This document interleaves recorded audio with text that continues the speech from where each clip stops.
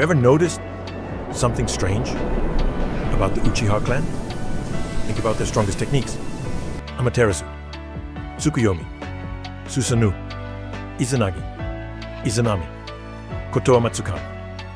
They're not random names. They're all the names of gods. But here's the question. Why? Why were these names given only to the Uchiha? Why not the Senju, the clan that founded Konoha? Why not the Hyuga, with the Byakugan? Why not the Uzumaki, whose sealing techniques were feared throughout the ninja world? Out of every clan, Masashi Kishimoto chose only one, to inherit the names of Japan's greatest gods. That can't be a coincidence. The more you look, the stranger it becomes. The Uchiha don't just possess powerful jutsu, they possess the names of the creators, the rulers, and the legendary gods of Japanese mythology. So, what was Kishimoto trying to tell us? Was he simply choosing cool-sounding names? Or was he quietly revealing what kind of clan the Uchiha were always meant to be? Today, we're going to uncover why almost every god's name in Naruto belongs to the Uchiha clan. And once you understand the answer, you may never look at the Uchiha the same way again.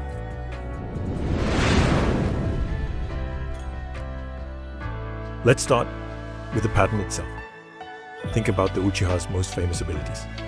Itachi, Amaterasu, Tsukuyomi, Susanoo, Shisui, Kotoa Matsukami, Obito, Kamui, Madara, Izanagi, Itachi, again, Izanami. At first they seem like completely different techniques, different uses, different powers, different purposes, but they all share one thing: their names. Every one of them comes from Japanese mythology. Not from Buddhism, not from folklore, not from famous samurai, from gods. That's already unusual. But then, look at the rest of Naruto. The Senju don't use the names of gods. The Hyuga don't use the names of gods. The Uzumaki don't use the names of gods. Even legendary ninja, like Minato, Hashirama, or Tobirama, never received abilities named after Japan's greatest deities. Only the Uchiha. Again, and again, and again. One god after another. That raises an obvious question. Why? Was Kishimoto simply reusing Japanese mythology because it sounded cool? Or did he deliberately reserve those names for one clan alone? To answer that, we first need to understand what these gods actually represent. Because once you do, the Uchiha begin to make far more sense than ever before.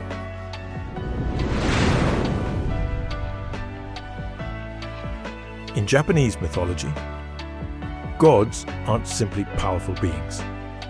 They represent the forces that shape the world itself. Amaterasu rules the sun. Tsukuyomi rules the moon. Susanoo commands storms and defeats legendary monsters. Izanagi creates the land of Japan. Izanami becomes the ruler of death. These aren't ordinary heroes. They're the beings who created, protected, or changed the world itself. Now think about the Uchiha.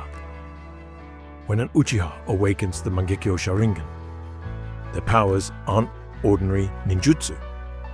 They don't simply throw fire or create water. They begin to change the rules of reality. Amaterasu creates flames that never stop burning. Tsukuyomi controls time itself inside an illusion. Susanoo creates an enormous guardian that stands between life and death. Izanagi rewrites reality. Izanami forces reality to be accepted. These techniques don't just defeat opponents. They change what is possible. That's very different from almost every other ability in Naruto.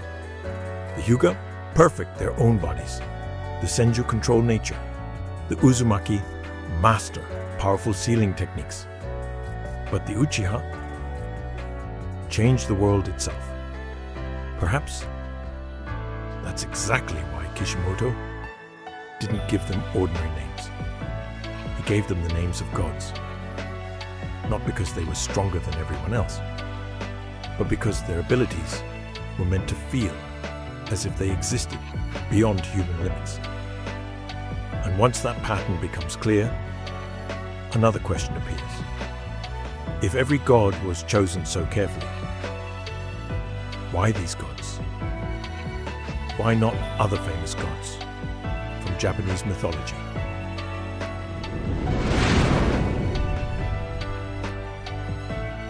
Let's look at those gods one by one.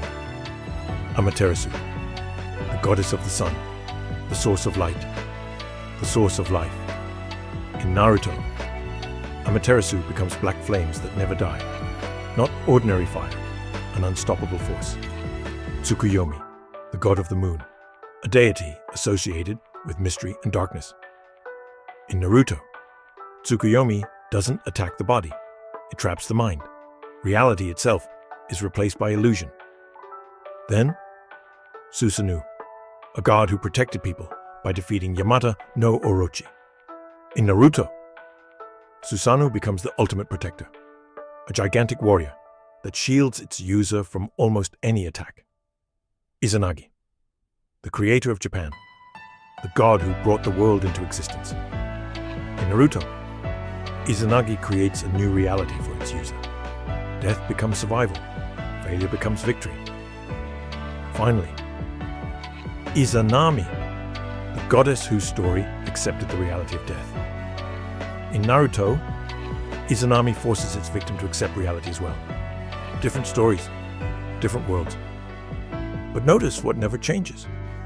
None of these techniques were named after random gods. Each one reflects the role of the deity it was named after. The names weren't decoration. They explained the ability.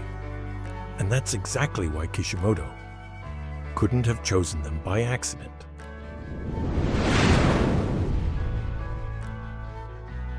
But here's the biggest mystery. Japan has countless gods. So why did Kishimoto choose only these names? Why not Raijin, the god of thunder? Why not Fujin, the god of wind? Why not Hachiman, the god of war? Or Benzaiten, the goddess of wisdom? They were all famous. They all could have become powerful jutsu. Yet, Kishimoto never used them. Instead, he returned again and again to the same family of gods. Amaterasu, Tsukuyomi, Susanoo, Izanagi, Izanami. These gods aren't connected simply because they're famous. They're connected because they belong to the same story. One family, one mythology, one world. Amaterasu and Tsukuyomi are siblings. Susanoo is their brother. Izanagi is their father. Izanami is their mother. They're part of the same divine bloodline, just like the Uchiha. The Uchiha aren't simply individual characters. They're one family, one bloodline, one clan, whose greatest powers are inherited from generation to generation. Perhaps that's what Kishimoto wanted us to notice. He didn't just borrow the names of powerful gods. He borrowed the relationships between them. The deeper you look, the more the Uchiha Clan starts to resemble the divine family of Japanese mythology.